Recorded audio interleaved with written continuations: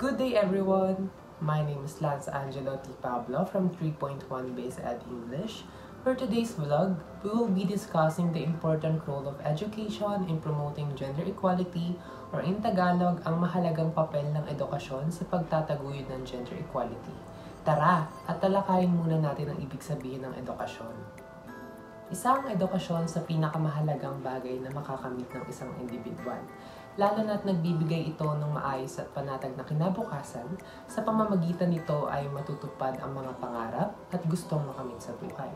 Isama na rin ang pagsisikap at paglalaan ng oras at atensyon sa mga alituntunin ng paaralan, mga leksyon na dapat isagawa, pagkakaroon ng sapat na kaalaman sa maraming bagay at iba pa. Ilan lamang yan sa maaari mong makamit at malaman kung ikaw ay nag-aaral. Ngunit, sa kabilang banda, tatalakayin natin ngayon ang mahalagang papel ng edukasyon sa pagtataguyod ng gender equality, o sa Tagalog ay pagkapantay-pantay ng mga kasarian. Tara, alamin natin ang ibig sabihin ng gender equality. Ayon sa aking pananaliksik, ang gender equality ay ang ideya na ang mga tao sa lahat ng kasarian ay dapat magkaroon ng pantay na karapatan, responsibilidad at oportunidad. Ito ay isang pangunahing karapatang pantao na mahalaga para maalis ang kahirapan at makamit ang panlipunan at pang-ekonomiyang pag-unlad. Ito ay maaaring makamit kapag ang tao ay may pantay na akses sa edukasyon, ang tao ay may pantay na karapatan para sa kalayaan sa pananalapi o pera, ang tao ay may pantay na pagkakataon upang mapaunlad ang kanilang mga interes at ambisyon, ang tao ay malaya sa karahasan na nakabatay sa kasarian, at ang panghuli, malaya ang mga tao sa maaga at sapilitang kasal. Ilan lamang yan sa mga halimbawa ng taglay ng gender equality.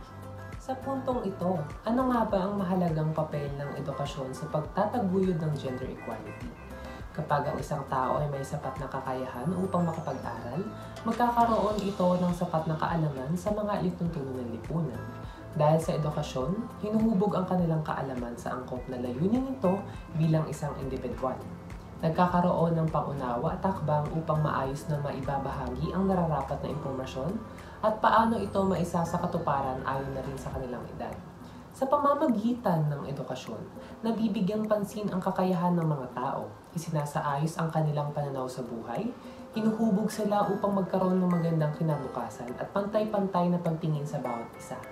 Nasasagot ang kanilang katanungan na may maayos at organisadong talakayan. Dito na rin na ipapahayag ang kanilang mga karapatan, responsibilidad at oportunidad na maaaring makamit. Kaya't mahalaga at malaki ang papel ng edukasyon sa pagkatao ng isang individual. Gaya na rin ng aking mga nabanggit, ito lamang ay base sa aking kaalaman at nakasisiguro ako na marami pang aspeto ang kanilang kayang malaman at makamit.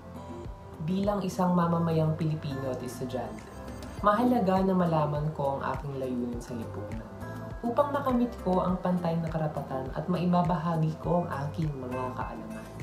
Dahil isa ako sa mga saksi na ang edukasyon ay may mahalagang papel sa aking mga pananaw sa buhay at pagkapantay-pantay ng bawat isa.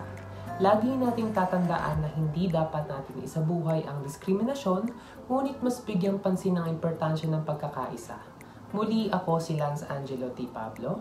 Paalam at hanggang sa muli.